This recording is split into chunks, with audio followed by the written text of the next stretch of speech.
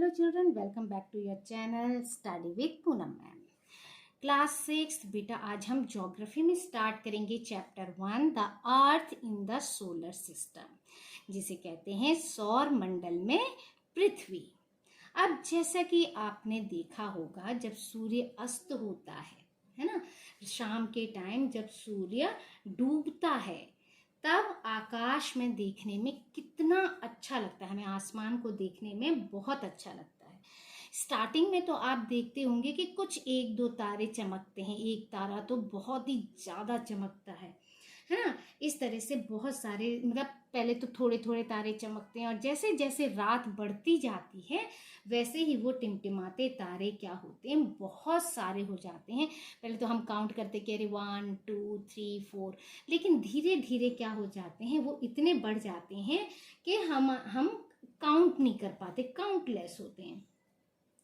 पूरा आसमान इन छोटे छोटे छोटे छोटे चीज़ों से, चमकदार चीज़ों से, जिन्हें हम स्टार्स कहते हैं, उनसे भर जाते हैं और ऐसा लगता है मानो आसमान में क्या हो, हीरे जड़े हुए हों। इनमें से बहुत से कैसे लगते हैं, ट्विंकल करते हुए दिखते हैं, टिमटिमाते हुए दिखते हैं हमको।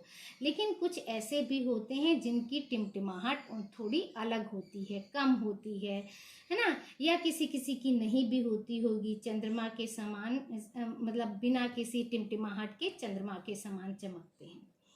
चंद्रमा में भी ऐसे टिमटिमाते नहीं हैं, है ना। इन चमकीली वस्तुओं के साथ साथ हम ये भी देखते हैं कि जो चंद्रमा होता है उसका भी साइज वगैरह क्या होता है, अलग अलग हो जाता है ना।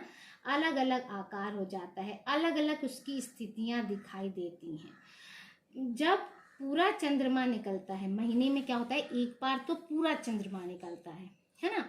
एक बार पूरा चंद्रमा निकलता है जिसे हम फुल मून कहते हैं, यानी बिल्कुल सर्कल होता है। ये चंद्रमा कैसा होता है, बिल्कुल इस तरह से सर्कल होता है।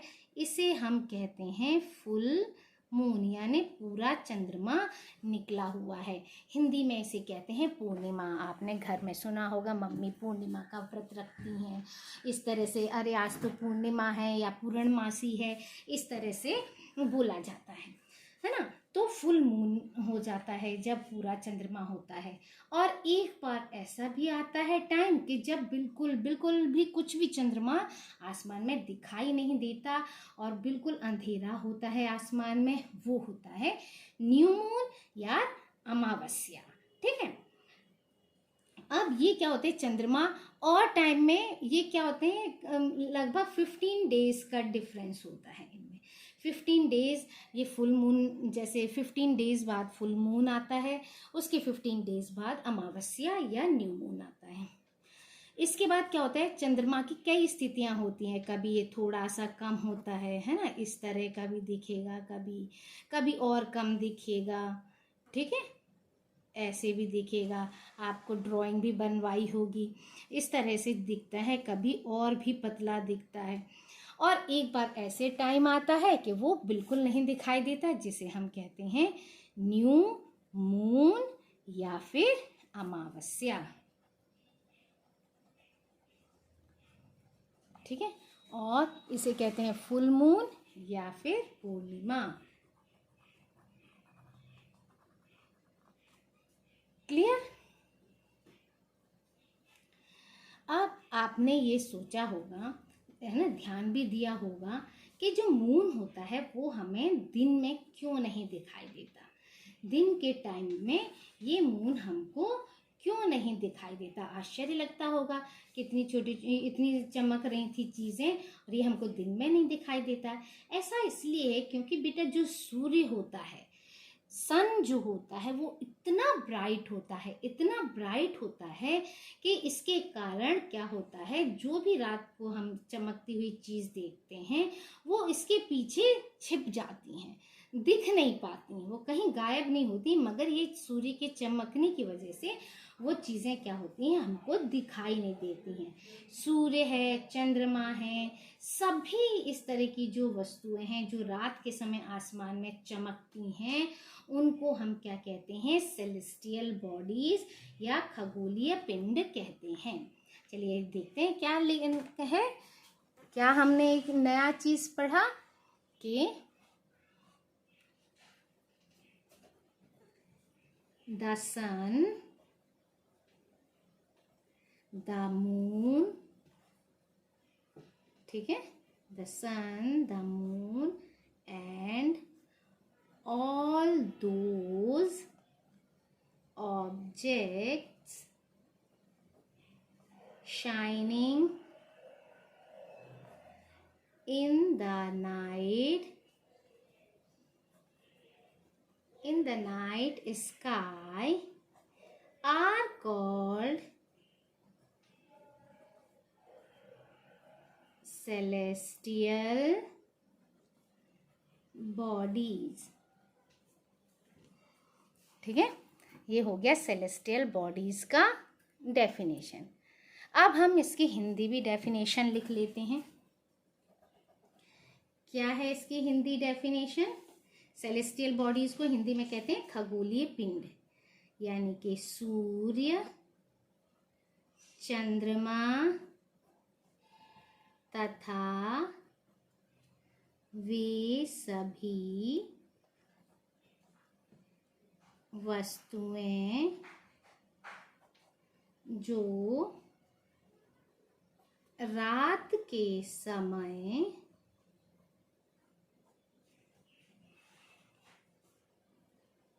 आसमान में चमकती हैं, उन्हें हम क्या कहते हैं? खगोलीय पिंड कहलाती है। क्लियर? हिंदी में भी लिख दिया मैंने, इंग्लिश में भी लिख दिया। आ गया समझ में? सेलेस्टियल बॉडीज या खगोलीय ठीक है, या खगोलीय पिंड कहते हैं। सेलेस्टियल बॉडीज भी हो गया, खगोलीय पिंड भी हो गया। अब कुछ जो सेलेस्टियल बॉडीज होती हैं बेटा, वो आकार में कैसी होती हैं? वो बहुत बड़ी और हॉट होती हैं, गर्म होती हैं। ये गैसों से बने होते हैं। ये जो सेलेस्टियल बॉडीज होती हैं, ये गैसों की बनी होती हैं। इनके पास अपनी ऊष्मा होती है, अपनी लाइट होती है, जिसे वो बहुत बड़ी मात्रा में उत्सर्जित करते हैं। और इन सेलेस्टियल बॉडीज को, इन खगोलीय पिंडों को हम कहते हैं तारा। और जिसमें से सूर्य भी एक तारा है, सूर्य भी एक स्टार है।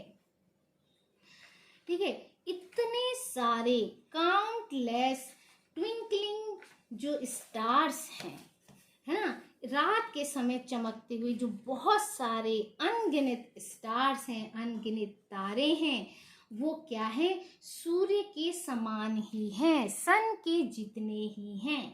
लेकिन ये हमसे बहुत अधिक दूरी पर हैं। बहुत अधिक दूर होने के कारण ही बेटा हम लोग इनकी जो गर्मी है, इनकी जो लाइट है, वो महसूस नहीं कर पाते हैं।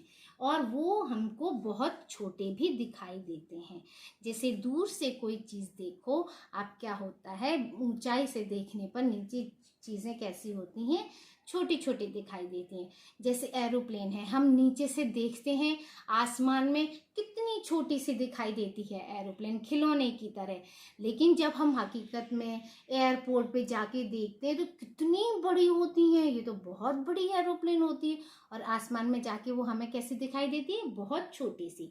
तो ऐसे ही ये तारे वगैरह जो हैं, जो स्टार्स हैं, सन को छोड़कर जो और स्टार्स हैं, वो बहुत दूरी पर हैं हमसे, इसलिए वो छोटे छोटे दिखाई देते हैं। और उनकी ना तो हीट हमें पता चलती है, महसूस करते हैं, ना उनकी लाइट हमको महसूस होती है। हल्की रहती, जब फुल मून होता है तो लाइट तो रहती है सड़क पर, लेकिन उतनी नहीं होती जितनी सन की होती है। दिन में देखा है ना कितना लाइट होता है, सब जगह उजाला उजाला, लाइट जलाने की भी जरूरत नहीं पड़ती है। अब आपने ऐसे भी ध्यान दिया होगा कि बहुत सी जो कुछ दूरी से देखने पर बहुत सारी वस्तुएं जो होती हैं वो छोटी दिखाई पड़ती हैं। जैसे मैंने हवाई जहाज का कहा। अब क्या है, जब रात में हम आसमान की ओर देखते हैं तो उस समय क्या पता चलता है, आप क्या देखते हैं, तारों के कुछ ग्रुप्स देखते होंगे, है ना। कुछ स्टार्स क्या है एक जगह इकट्ठे मिलेंगे, कुछ क्या होते हैं इधर उधर होंगे, कुछ कहीं बिखरे बिखरे हुए होंगे।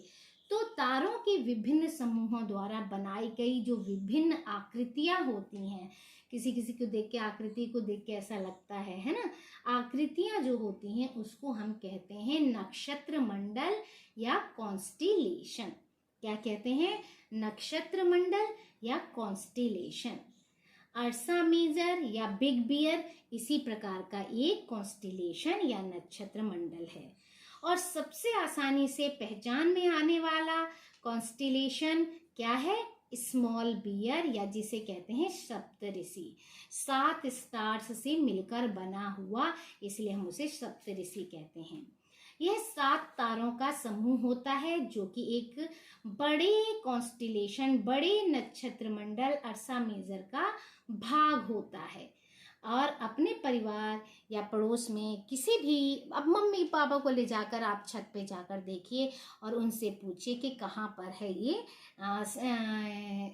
सप्तऋषि कहाँ है या स्मॉल बियर कहाँ है, तो आपके पेरेंट्स आपको दिखाएंगे और आपको समझ में भी आएगा कि हाँ ये देखो इस तरह से स्टार बना हुआ है या इस तरह से ये सप्तऋषि, आप भी पहचान जाएंगे। आपने अपने पेरेंट्स से ध्रुव तारा के बारे में भी सुना होगा या सब किसी हिंदी या संस्कृत बुक में स्टोरी भी पढ़ी होगी ध्रुव के बारे में कि वो किस तरह से ध्रुव तारा बना, है ना।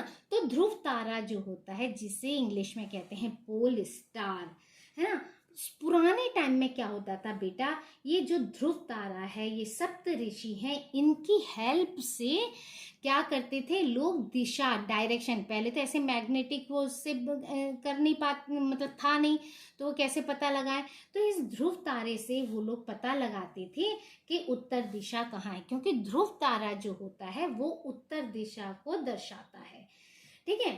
अब उत्तरी तारा या उसको हम उत्तरी तारा भी कहते हैं, पोल स्टार को ध्रुव तारा, उत्तरी तारा, पोल स्टार, है ना। इंग्लिश में तो पोल स्टार है, हिंदी में ध्रुव तारा या उत्तरी तारा के नाम से भी हम इसको जानते हैं।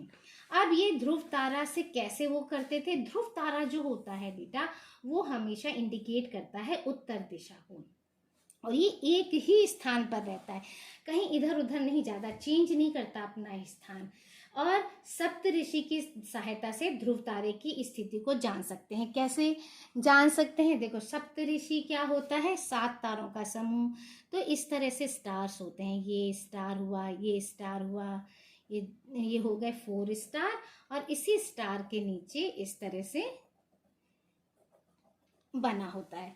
तो आप देखेंगे इस तरह से ये स्टार बना हुआ है, ये होता है सप्तऋषि, ठीक है। अब आप यहाँ पर खड़े होके देखिए, एक बहुत ही चमकता हुआ तारा दिखाई देगा। इसी सीध में जाते जाते थोड़ी सी दूर पर, ज़्यादा दूर नहीं, थोड़ी सी दूर पर ही एक बहुत ही ब्राइट तारा दिखाई देगा जिसको हम कहते हैं पोल स्टार या फिर कहते हैं ध्रुव तारा, ठीक है। ये हो गया आपका सप्तऋषि, इसको सप्त ऋषि या ध्रुव तारा या पोल स्टार या नॉर्थ स्टार, कुछ भी कह सकते हैं इसको, है ना। हम बहुत सारे नामों से इसको जानते हैं। अब ये जो दिखता है, हम यहाँ से खड़े होके अगर देखते हैं, ये इसकी स्ट्रेट लाइन से इसके पास जाता हुआ दिखता है, ये होता है ध्रुव तारा, उत्तरी तारा, इंग्लिश में कहें तो नॉर्थ स्टार, पोल स्टार, ठीक है। ये सप्तऋषि यहाँ देखकर हम अगर करते हैं तो इसके लाइन में जो स्टार सप्तऋषि का ये 2 स्टार्स होते हैं, एक सांकेतिक लाइन बनाओ आप कि हाँ यहाँ से, और सामने जो सबसे चमकता हुआ तारा दिखे वो ध्रुव तारा होता है, और ये उत्तर दिशा को ही दर्शाता है।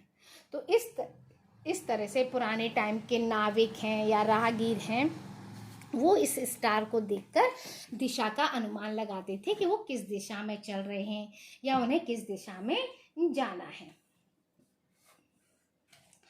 कुछ जो सेलेस्टियल बॉडीज होती हैं उनका अपना खुद का प्रकाश, खुद की लाइट नहीं होती है, खुद की हीट नहीं होती है, और वे तारों के प्रकाश से ही प्रकाशित होते हैं, तारों की लाइट से ही लाइट लेकर चमकते हैं।